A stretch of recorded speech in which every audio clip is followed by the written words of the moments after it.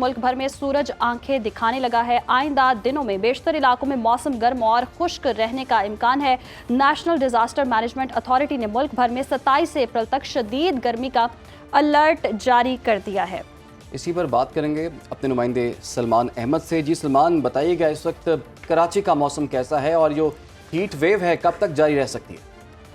जी देखिए, शहर कायद में आज हीट वेव का तीसरा रोज़ है और मौसम का हाल बताने वाले कहते हैं कि 23 अप्रैल यानी कल तक जो है वो ये सूरत हाल हीट वेव की बरकरार रहेगी और जो दर्जा हरारत है वो 41 डिग्री सेंटीग्रेड तक जाने का इम्कान है।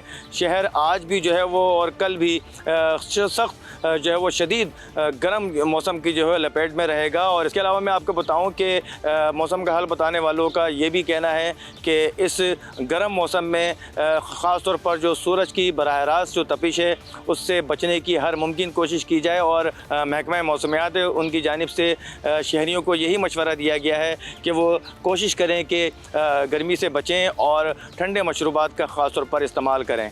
जी की शिद्दत में इजाफा हो रहा है, हमारे नुमाइंदे सलमान अहमद हमें बता रहे थे। और इसी पर बात करने के लिए हमारे साथ मौजूद हैं रिलीफ डायरेक्टर पीडीएम में अताउल्ला मेंगल साहब। बहुत शुक्रिया सर आपके वक्त का। सर कहिएगा, जैसे कि गर्मी की शिद्दत में इजाफा देख रहे हैं, आगे आने वाले वक्तों में मौसम कैसा रहेगा और बारिश कब तक मुतवक्किल है?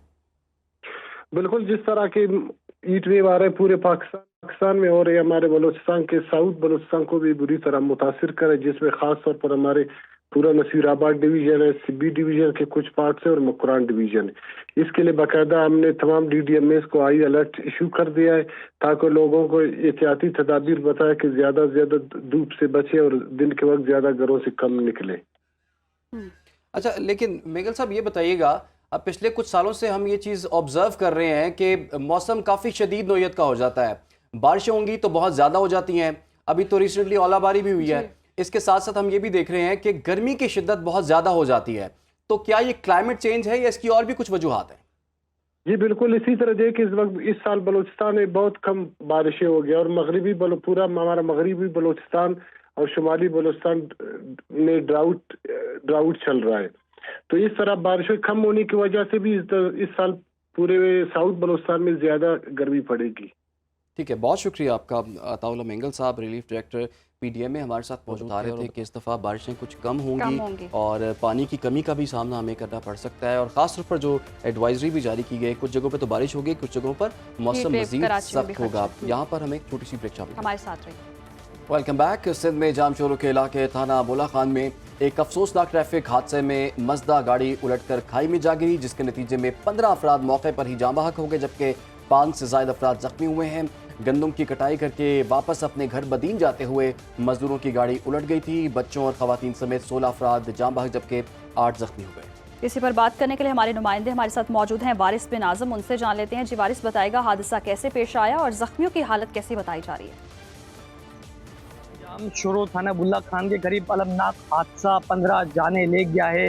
रात में अफसोसनाक वाकया पेश आया है। मुसाफिरों से भरी गाड़ी थी, पहाड़ से गिर गई, मौके पर ही 9 अफराद जो है हलाक हो गए थे। जख्मियों की तादाद ज्यादा थी। रेस्क्यू अमल में जो है शदीद परेशानी का सामना करना पड़ा क्योंकि दूर दराज का इलाका था।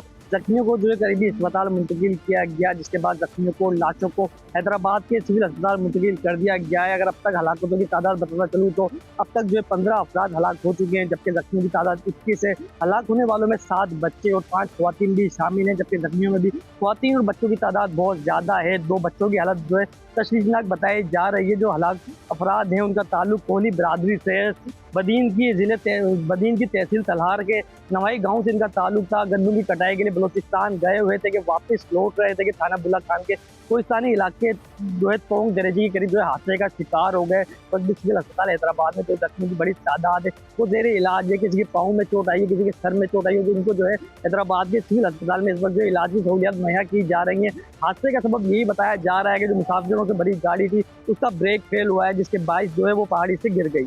जी सही, वारिस बिन आजम हमें इस तमाम तर हादसे के हवाले से बता रहे थे और मुतालबा भी किया जा रहा है इस पर नोटिस लेने का। और साथ ही साथ ज़ख्मियों के हवाले से बताया जाए तो कुछ जो हैं ज़ख्मी जिनकी तबीयत और तशवीशनाक हालत बताई जा रही है उनकी, और साथ ही साथ जो तादाद है मरने वालों की वो 15 है और अस्पताल में भी सहूलियात नाकाफ़ी बताई जा रही हैं और हुकूमत से भी मुतालिबा किया जा रहा है कि इस पर नोटिस लिया जाए और हम उम्मीद करते हैं जिस जख्मियों की जो हालत है वो जल्द से जल्द बेहतर हो सके।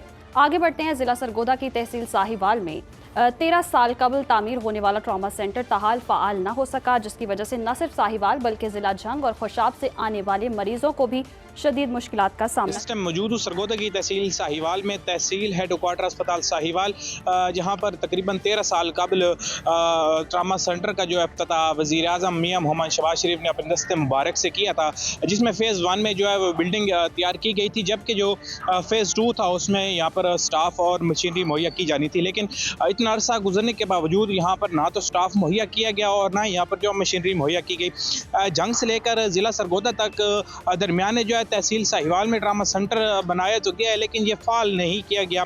यहाँ से जो खुशाब है वो भी ज़्यादातर जो एक्सीडेंटल केस होते हैं वो तहसील हेडक्वार्टर अस्पताल साहिवाल में लाए जाते हैं, लेकिन यहाँ पर जो सहूलियात है वो ना होने के बराबर है। यहाँ पर ना तो मशीनरी ट्रामा सेंटर मौजूद है और ना ही यहाँ पर जो है वो स्टाफ मौजूद है।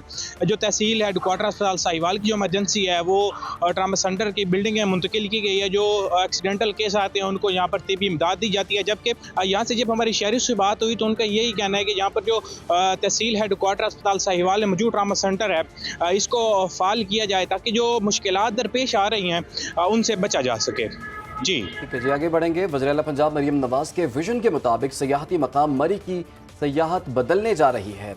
ग्लास ट्रेन, ग्लास ब्रिज के साथ साथ मॉल रोड पर 57 करोड़ रुपए की खतीर रकम से ब्यूटिफिकेशन का काम भी शुरू कर दिया गया। जी बिल्कुल, और इसी हवाले से तफसीलात जानेंगे अतीक अब्बासी से। जी अतीक, बताइएगा क्या मंसूबे नए शुरू किए जा रहे हैं? जी बिल्कुल, मलका कौसार मरी जो है वो वज़ीर आला पंजाब के सियाहत के फ़रोग के विज़न के तहत बदलने जा रही है। यहाँ पर गिलास ट्रेन का एक बड़ा मंसूबा है, गिलास ब्रिज का एक बड़ा मंसूबा है और उसके साथ मरी का माल रोड जो सियाहों की चहलकदमी का मरकज़ है और रात गए तक हमें यहाँ सियाह जो हैं वो चहलकदमी करते नज़र आते हैं। यहाँ पर वज़ीर आला पंजाब ने ब्यूटिफिकेशन के लिए 57 करोड़ रुपए की खतीर रकम दी है और वर्ल्ड सिटी की यहाँ पर मुख्तलिफ टीमें जो हैं वो काम कर रही हैं और 1 साल की ये इनकी मुद्दत है और 1 साल के अंदर मरी माल रोड की जितनी भी यहाँ पर इमारतें हैं ये इंतहाई खूबसूरत होती हुई हमें नज़र आ रही हैं और इन दीदा ज़ेब और ख़ूबसूरत जो इमारतें जब ये बनेंगी तो आने वाले जो सयाह हैं उनकी खुशी की जो है वो एक इंतहा हमें जो है वो देखने को मिलेगी। जी ठीक है, बहुत शुक्रिया अतीक, आपने आगाह किया। और मरी जो बहुत ज़बरदस्त सयाहती मकाम है और अब वो जो है उसका एक नया फेस लोग देखेंगे और आपको पता है कि पंजाब के जितने बासी हैं बल्कि दूसरे सूबों से भी मरी ज़रूर वो जाते हैं और इस दफ़ा जब वो जाएंगे तो वहाँ पर बहुत से मंसूबे मुकम्मल हो चुके होंगे। इस हवाले से हम आपको आगाह भी करते रहेंगे।